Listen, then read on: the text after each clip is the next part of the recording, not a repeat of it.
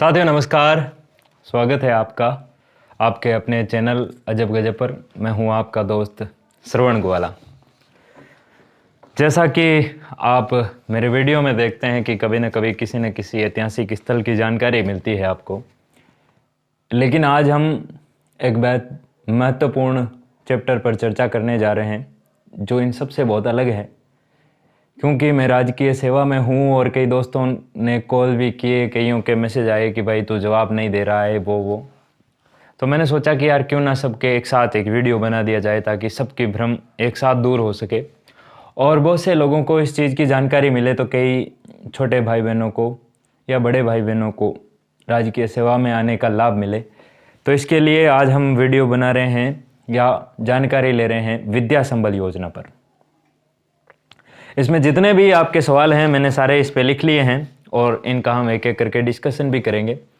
और इस वीडियो के लास्ट में हम इस बात पर डिस्कस करेंगे कि क्या आपको विद्या संबल योजना के तहत ज्वाइन करना चाहिए या नहीं ज्वाइन करना चाहिए, किसको ज्वाइन करने की ज़्यादा ज़रूरत है या करना ही चाहिए और किसको नहीं करना चाहिए। इसमें मैं मेरे सुझाव आपके सामने रखूँगा।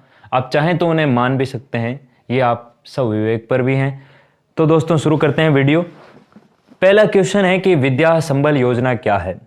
तो इसका सिंपल सा जवाब आप भी जानते हैं कि विद्या संबल योजना सरकार की एक महत्वाकांक्षी योजना है जिसमें पूर्ण रूप से अस्थायी रूप से जब तक कि नए टीचर जो भर्ती करके नहीं आ जाए तब तक के लिए सरकारी विद्यालयों में जो रिक्त स्थान है, खाली पद हैं, उनको भरने के लिए योजना चलाई गई है जिसमें अलग अलग तरह के मानदेय हैं। यह विद्या संबल योजना है। दूसरा, इसमें सिलेक्शन कैसे होगा। तो इसमें सिलेक्शन ऐसे होगा दोस्तों कि जब आप फॉर्म भरेंगे, ये फॉर्म कब तक हैं तो मैं आपको पहले ही बता देता हूँ कि ये फॉर्म जो हैं 2 तारीख यानी कि कल से लेके 2, 3 और 4 ये 3 दिन के लिए फॉर्म भरे जाएंगे। कहाँ फॉर्म भरे जाएंगे तो फॉर्म आपके पीओ स्कूल में भरे जाएंगे, जो आपके नज़दीक सीनियर सेकेंडरी स्कूल है यानी पीओ स्कूल। वहाँ पर आप वहाँ के प्रिंसिपल के पास जाकर के ऑफलाइन आवेदन कर सकते हैं। आवेदन का फॉर्मेट कहाँ से मिलेगा तो आवेदन का फॉर्मेट आपको व्हाट्सएप से या कहीं से पीडीएफ मिल भी गया होगा, और नहीं मिला तो आप मुझे अपने इस चैनल में मेरे नंबर दिए रखें, उस पर आप मैसेज करें या इंस्टाग्राम पे मैसेज कर दें, और नहीं मिला तो आप चैनल के नीचे इसमें कमेंट करें, मैं आपको अवेलेबल करवा दूंगा। ये तो हो गया फॉर्मेट की बात।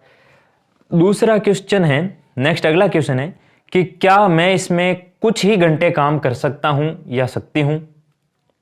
तो दोस्तों वैसे तो ये जो है पूर्ण रूप से प्रधानाचार्य के साथ सहमति पर आधारित है कि आप एक दिन में पूरा काम करेंगे या थोड़ा काम करेंगे या कितने घंटे काम करेंगे। जहाँ तक अभी तक मेरा मानना है कि लेवल 1 और 2 को तो पूरे दिन विद्यालय में उपस्थिति देनी होगी। वरिष्ठ अध्यापक या व्याख्याता पद के लिए इस संबंध में कुछ हो सकता है, लेकिन आप ऐसा समझें कि आप कुछ घंटे काम करके अगर अपना काम चलाना चाहते हैं तो आपको प्रधानाचार्य यानी पीओ सर से पूर्ण रूप से सहमति लेनी होगी। इसका हो गया आपको जवाब। अगला क्वेश्चन है कि इसमें आवश्यक योग्यता क्या है। तो इसमें अगर आप L1 के तहत आवेदन करना चाहते हैं उसके लिए अलग योग्यता है, L2 के लिए, प्रयोगशाला सहायक के लिए, वरिष्ठ अध्यापक के लिए, पीटीआई के लिए और सेवानिवृत्त के लिए।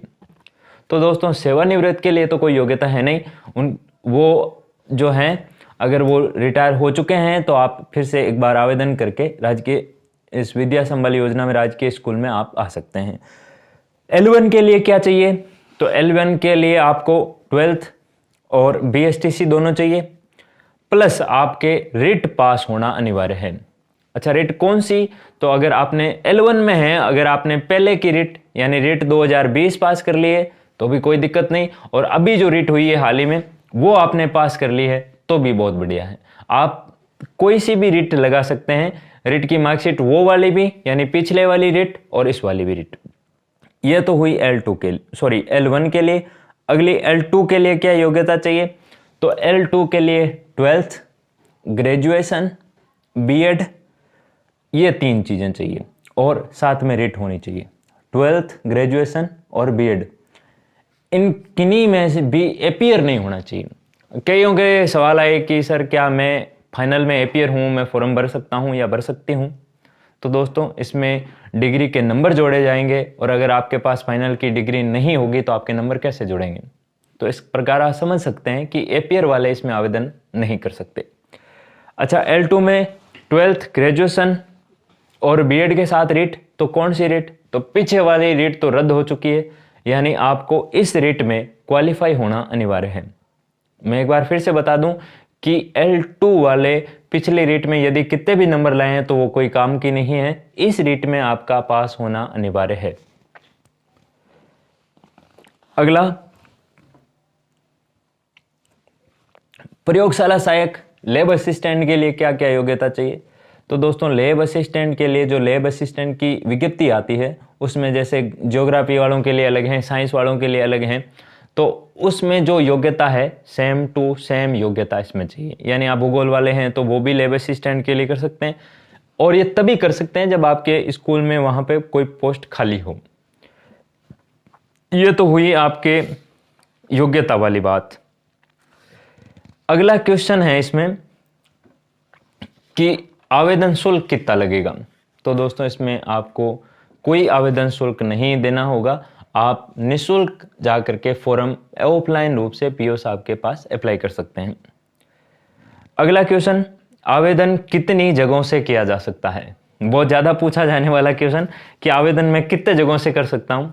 तो दोस्तों आप कितनी भी जगह से आवेदन कर सकते हैं, कहीं से भी आवेदन कर सकते हैं। एक बार फिर से बता दूं मैं, कितनी भी जगह से कर सकते हैं, कहीं से भी कर सकते हैं, लेकिन ज्वाइनिंग आपको एक ही जगह मिलेगी।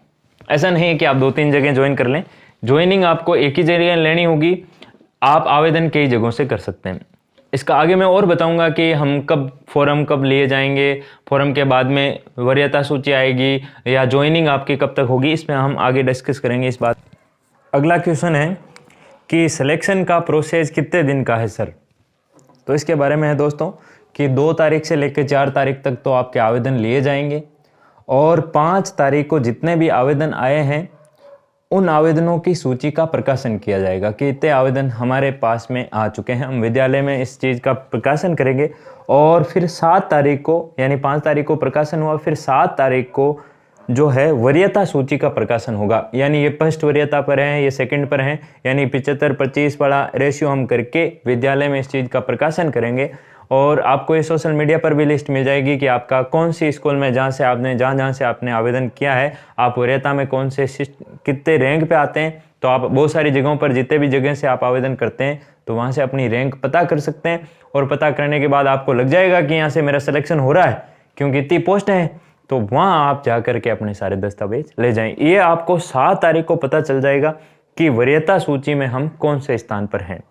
अगली बात, 9 तारीख को अगर किसी संबंध में हमें लगता है कि इसमें आपत्ति है, या तो कोई आपत्तियां जो है वो आपसे मांगी जाएगी कि आपको कहीं से आपत्ति है या वरीयता सूची में आपको लगता है कोई गड़बड़ हुई है, तो 9 तारीख को बाकायदा आपसे लिखित में हम आपत्ति लेंगे कि इसमें क्या क्या चीज़ें आपको गलत लगती है। 9 तारीख को वही आपत्ति स्वीकार होगी जो लीगल है, और उसके बाद में 10 तारीख को जो है दोस्तों, 9 तारीख को जो आपत्तियां ली जाएगी उनका तत्काल ही समाधान हो जाएगा, और 10 तारीख को अंतिम वरीयता सूची जारी होगी। एक बार फिर से बता दूं मैं आपको, 10 तारीख जो आगामी आ रही है उसको अंतिम वरीयता सूची जारी होगी, और 11 को उन जो अंतिम वरीयता सूची में हैं उनके मूल दस्तावेजों की जांच होगी, और 11 तारीख से लेकर के, जांच होने के बाद से लेकर के 19 तारीख तक आपको कार्य ग्रहण करना अनिवार्य होगा। फिर से एक बार बता दूं कि अंतिम रूप से 11 तारीख को आपके डॉक्यूमेंट्स चेक होंगे, और अगर आप डॉक्यूमेंट्स में बिल्कुल सत्य हैं, कोई दिक्कत नहीं है, सारी चीज़ें आपके पास में है, तो 11 के बाद 19 तारीख तक आपको कार्य ग्रहण करना होगा। यदि आप नहीं करते हैं ज्वाइन, तो आपकी जगह फिर से पोस्ट खाली होगी, वैकेंट, और 19 तारीख के बाद नए अभ्यर्थी को, जो इसने आवेदन किया है उसमें वरीयता वाले जो पीछे वरीयता हैं, उनको अवसर दिया जाएगा, उनको बुलाया जाएगा, उनके डॉक्यूमेंट्स चेक होंगे और उनको इसमें नौकरी दे दी जाएगी। ये तो हो गया दोस्तों प्रोसेस की, आवेदन का प्रोसेस कितने दिन का है कर लिया। ज्वाइनिंग कब मिलेगी? ज्वाइनिंग कब मिलेगी? यदि आप फर्स्ट लिस्ट में सेलेक्ट हो जाते हैं तो आपको 19 तारीख जो आ रही है आगे, 19 तारीख तक ज्वाइनिंग मिल जाएगी। और यदि आप इसमें पात्र हैं और ज्वाइनिंग नहीं लेते हैं 19 तारीख तक, तो अगर आप उसे छोड़ते हैं तो अगली वरीयता वालों को 19 तारीख के बाद में उनके डॉक्यूमेंट्स चेक किए जाएंगे और उनको ज्वाइनिंग दी जाएगी। तो ये हो गई ज्वाइनिंग आपको कब मिलेगी।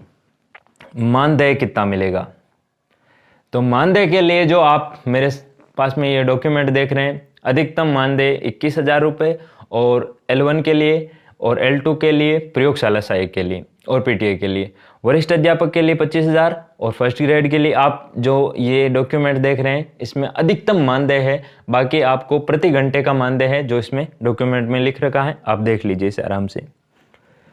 ये तो हो गई मानदेय की बात। जैसे जैसे क्वेश्चन सही हो रहे हैं मतलब हम बात कर लेते हैं, उनको मैं टिक कर देता हूँ।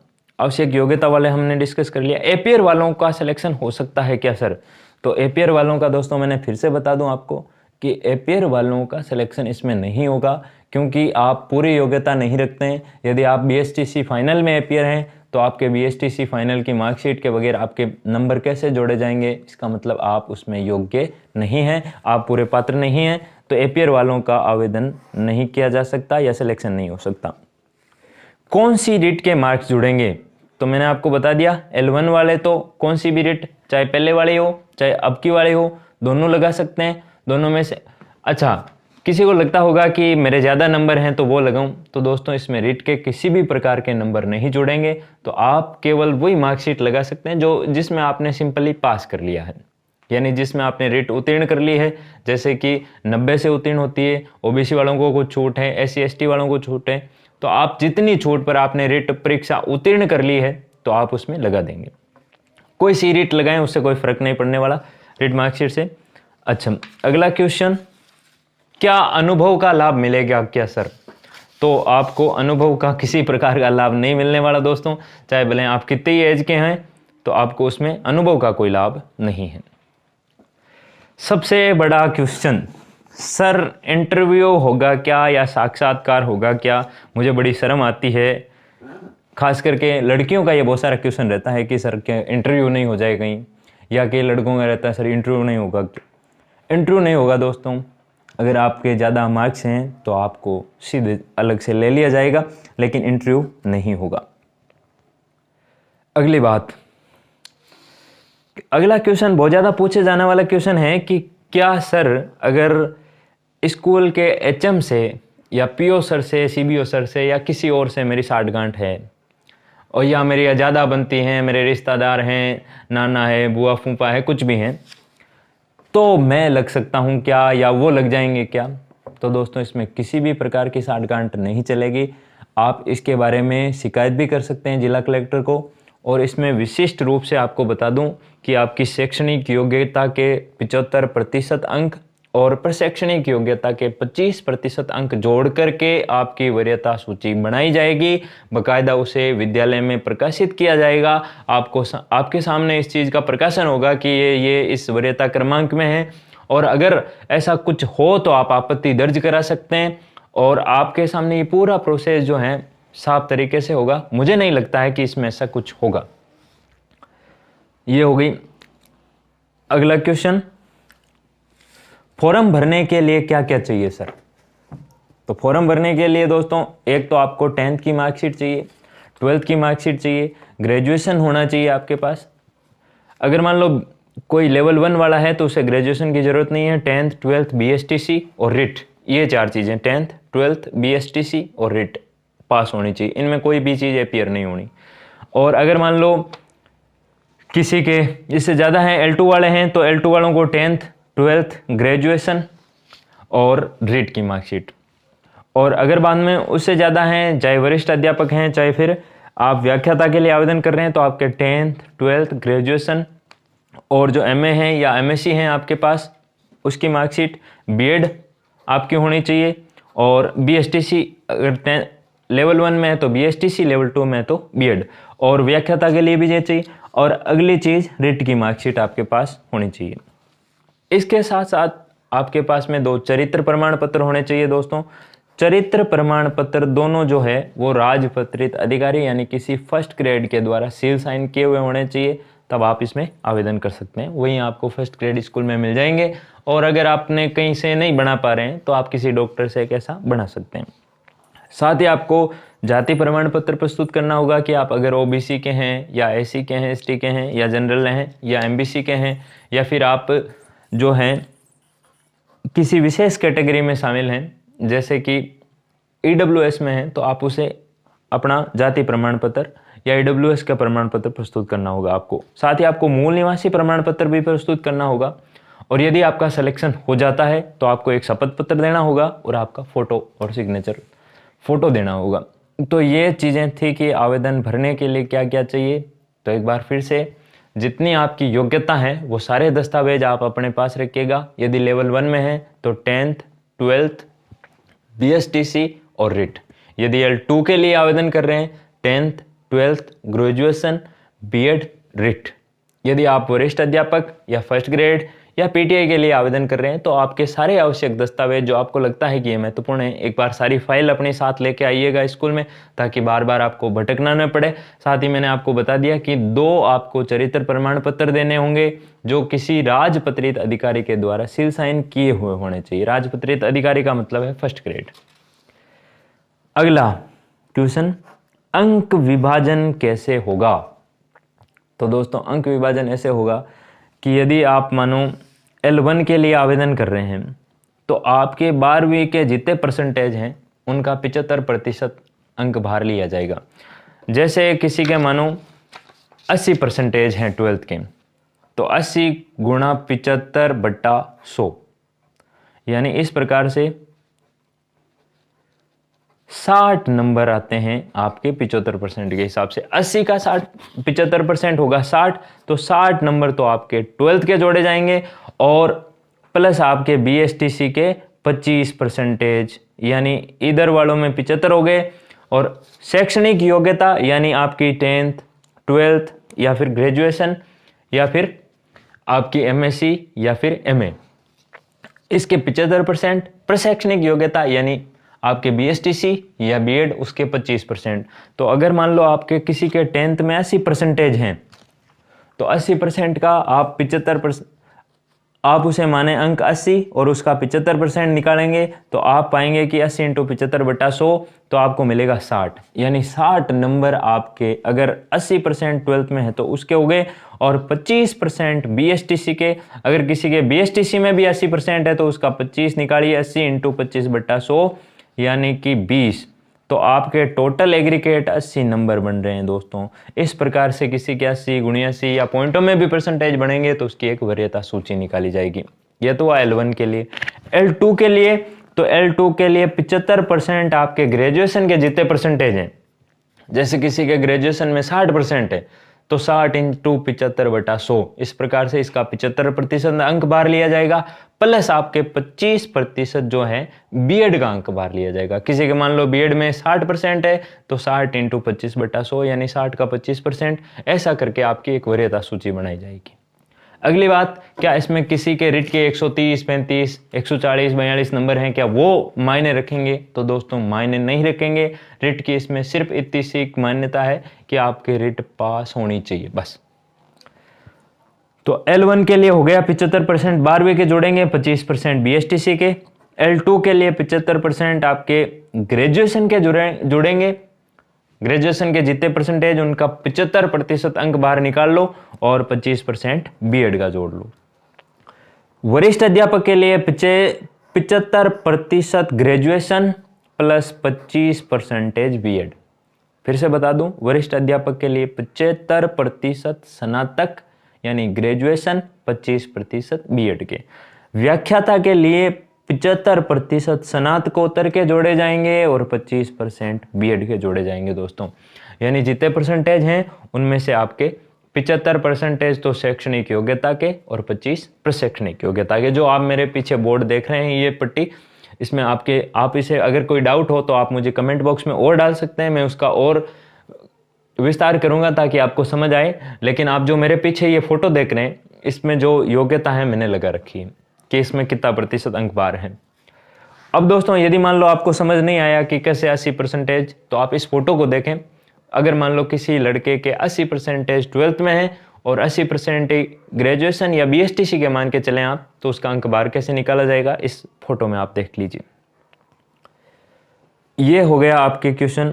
अगला चीज़, फॉर्म कहाँ से मिलेंगे, तो मैंने आपको पहले ही बता दिया था। कितनी सीटें हैं सर, तो सीटें कितनी हैं, तो दोस्तों जैसे इसके बारे में कोई विशेष रूप से जानकारी आपको मिलेगी तो वो सिर्फ अपनी पीओ स्कूल से मिल सकती है। वो रिक्तियों का आज प्रकाशन कर देंगे रात तक या कल करेंगे, कईयों ने तो अभी कर ही दिया है। तो आप अपने पीओ स्कूल में जितना भी अगर कोई सरकारी स्टाफ लग रखा है तो उसे आप विशेष जानकारी ले लीजिए। और वैसे ये सारी रिक्तियां जो है पीओ स्कूल में चिपका रखी है, साथ ही पंचायत में कईयों ने चिपका रखी है और इसका सोशल मीडिया पर भी प्रकाशन हुआ है। तो अगर आपको अभी तक इसके बारे में जानकारी नहीं मिली है तो अपने पास आजू बाजू में जो सरकारी टीचर हैं उनसे आप संपर्क करके पता करें कि कहाँ पर कितनी पोस्ट खाली है, उसके बारे में आपको जानकारी वहीं से मिल सकती है दोस्तों। अगली चीज़, क्या ये भर्ती स्थायी है? जी नहीं, ये भर्ती पूरी तरीके से अस्थायी है। इसमें आपको जो मानदेय मिलता है वो तब तक मिलेगा दोस्तों जब तक कि आप पढ़ा रहे हैं, और उसके बाद मिलना बंद हो जाएगा जब वहाँ पर स्थायी रूप से नए टीचर आ जाएंगे सरकारी भर्ती के द्वारा। तो क्या ये सरकारी भर्ती नहीं है? तो ये सरकारी भर्ती है, लेकिन ये अस्थायी है। और स्थायी भर्ती जो अभी आपने रिट पास करके जो आप अगर कंपटीशन से लगते हैं तो वो स्थायी होगा दोस्तों। अगली चीज़, क्या सर इसमें छुट्टियों का भी पेमेंट मिलेगा? तो दोस्तों अभी इसके बारे में पूरी तरीके से कोई साफ जानकारी नहीं है। पहला ये दे रखा है कि अधिकतम मानदेय आपको 21,000 रुपये, या फिर वरिष्ठ अध्यापक के लिए कितना है, तो मैंने अभी आपको ये पोस्ट पहले बताई थी, उसके अनुसार आपको अधिकतम मानदेय मिलेगा। छुट्टियों का मिलो चाहे मंथली, आपको अधिकतम मानदेय उससे नहीं ज़्यादा नहीं मिल सकता। और कईयों को लगता है कि सर मैं तैयारी कर रहा हूँ, इसे ज्वाइन कर लूँ और मैं 60 गांठ करके पीओ से या एचएम से अपना काम चला लूँगा। तो दोस्तों ऐसा कुछ भी नहीं है। पहली बात तो 60 गांठ होगी नहीं, क्योंकि बहुत सारा कंपटीशन है आजकल। आपकी कहीं शिकायत हो गई तो आप फिर न घर के न घाट के। और अगर मान लो आप चला भी लेते हैं तो हराम का जो पैसा है वो टिकता नहीं है, आगे आपका सिलेक्शन भी नहीं होगा और आपको बच्चों की बदुआ लगेगी। क्योंकि जहाँ पोस्टें खाली हैं वहाँ अगर आप ऐसा करके जाते हैं तो आपकी जगह कोई और भी जा सकता है। तो आप अपनी योग्यता रखते हैं तो आप अपना दमखम दिखा करके कंपटीशन एग्जाम में सेलेक्ट होकर के भी आ सकते हैं। और अगर आप सिलेक्शन इसमें लेना चाहते हैं तो आप स्कूल अनिवार्य रूप से जाएं, ये मेरा निवेदन है आपसे। अगली चीज़, अब एक फाइनल क्वेश्चन है दोस्तों जो हमें डिस्कस करना चाहिए, और कईयों का मानना है कि मुझे इस पर अपने विचार रखने चाहिए कि क्या मैं विद्या संबल में ज्वाइन करूं या नहीं करूं। तो मेरा स्पष्ट कहना है दोस्तों कि यदि आपको लगता है कि मैं 100% रिट में सिलेक्शन ले लूँगा या ले लूँगी तो आपको ज्वाइन नहीं करना चाहिए। ऐसा इसलिए क्योंकि अगर आप ज्वाइन करेंगे तो आपका लगभग 7 से 8 घंटे का समय स्कूल में चला जाएगा, और उसके बाद अगर आप घर आएंगे तो आपको 2 घंटे की नींद लेनी पड़ेगी। 10 घंटे ये हो गए, 6 घंटे आपको वास्तविक नींद चाहिए, तो 16 घंटे पीछे बचे 8 घंटे, जिनमें से खाने पीने के, सोने के, दूसरे काम के, मोबाइल के यदि सारे घंटे निकालें तो पढ़ाई मात्र 3 घंटे बचती है या 4 घंटे। और अगर आप ज़्यादा ही कुछ करें तो आप 5 घंटे पढ़ पाएंगे। और मुझे लगता है दोस्तों कि आजकल जो कंपटीशन का दौर चल रहा है उसमें इतनी सी पढ़ाई से कुछ होने वाला नहीं है। यदि आप वास्तविक रूप से सेलेक्ट होना चाहते हैं तो आप इस लॉलीपॉप के चक्कर में ना पड़ें, एक बड़ा टारगेट आप गंवा देंगे। तो किसे ज्वाइन करना चाहिए? तो ज्वाइन उनको करना चाहिए दोस्तों जिनकी माली हालत बहुत ज़्यादा ख़राब है, जिसको लगता है कि सर मुझे वास्तविक रूप से अत्यंत आवश्यक है कि मुझे नौकरी करनी ही पड़ेगी, परिवार को बहुत ज़्यादा धन की ज़रूरत है, आप ऐसी स्थिति में हैं कि आप ही कर्णधार हैं अपने घर में, तो आपको ज्वाइन करना चाहिए। साथ ही एक्स्ट्रा मेहनत करनी चाहिए। और उनको ज्वाइन करना चाहिए दोस्तों जिनके नज़दीक पोस्ट खाली है और आप बिल्कुल सामान्य तैयारी करते हैं रिट की, आप ऐसा सोच करके कि यार होगा तो ठीक, नहीं होगा तो भी कोई दिक्कत नहीं, अपने कोई समस्या नहीं है, तो आपको ज्वाइन कर लेना चाहिए। यदि आपके मन में ये डर है कि यार मेरा होगा नहीं होगा, मैं डगमग में हूँ, तो आपको ज्वाइन कर लेना चाहिए। अगर आप ऐसा अवसर गंवा देंगे तो बाद में और ज़्यादा चिंतित हो जाएंगे, तो आप ज्वाइन कर लें। क्योंकि मन में विश्वास नहीं है तो टारगेट इतना आसानी से अचीव नहीं होगा और फिर आप डिप्रेशन में आ जाएंगे कि यार उसको पर मंथ 21,000 रुपये मिल रहे हैं, मैं घर बैठा हूँ तैयारी कर रहा हूँ। तो उसके लिए बहुत बड़ा कलेजा चाहिए दोस्तों। यदि आप ऐसा कलेजा रखते हैं तो आप ज्वाइन ना करें। और अगर मान लो आप में फिर मन कचोटने लगेगा कि यार मैंने ज्वाइन नहीं किया, तो आप कर लें। अगली चीज़, जिनके घर के नज़दीक स्कूल में कोई पोस्ट खाली है और आप कोई बड़े पद के लिए आवेदन कर रहे हैं और आपको लगता है कि मेरे प्रधानाचार्य के साथ बातचीत में कम समय में भी ऐसा मामला बैठ जाएगा, तो आपको ज्वाइन कर लेना चाहिए। अगली चीज़ ऐसा है दोस्तों कि जैसे कंपटीशन एग्ज़ाम जो है आजकल का, वो मांगता है कि आप लगातार कंटिन्यू रूप से 7-8 घंटे अपनी पढ़ाई को दें, नियमित टेस्ट दें और कोचिंग से या किसी दोस्तों से मोटिवेशन से जुड़े रहें। और इस प्रकार अगर आप अपनी तैयारी को लगातार बनाए रखते हैं अंतिम तक, एग्ज़ाम तक, तो आपका निश्चित रूप से सिलेक्शन होता है। मैं इस बात का गवाह हूं और बहुत सारे दोस्त आपके हमारे जो हैं इस बात का गवाह हैं कि उन्होंने मेहनत की, लगातार की और आज वो राज्य की सेवा में हैं। पद चाहे राज्य की सेवा में छोटा हो बड़ा हो कोई मायने नहीं रखता, लेकिन अगर आप लगातार मेहनत करते हैं तो आपका सिलेक्शन निश्चित रूप से होता है। दोस्तों, एक तरीके से ये लॉलीपॉप है और एक तरीके से ये रामबाण भी है कि इसमें सिलेक्शन हो जाए तो काफ़ी भला सुधार हो जाए, क्योंकि सरकार द्वारा इतनी सारी पोस्टें भरने वाली नहीं है। आप लगभग स्थायी के रूप में ही होंगे मेरे मानने के अनुसार, क्योंकि सरकार चली जाएगी, फिर बाद में एक लंबे टाइम बाद भर्ती आएगी और बहुत सारे लोग अभी और रिटायरमेंट हो जाएंगे, तो पोस्टें खाली खाली बनी रहेगी। इतना आसानी से आप निकलेंगे भी नहीं।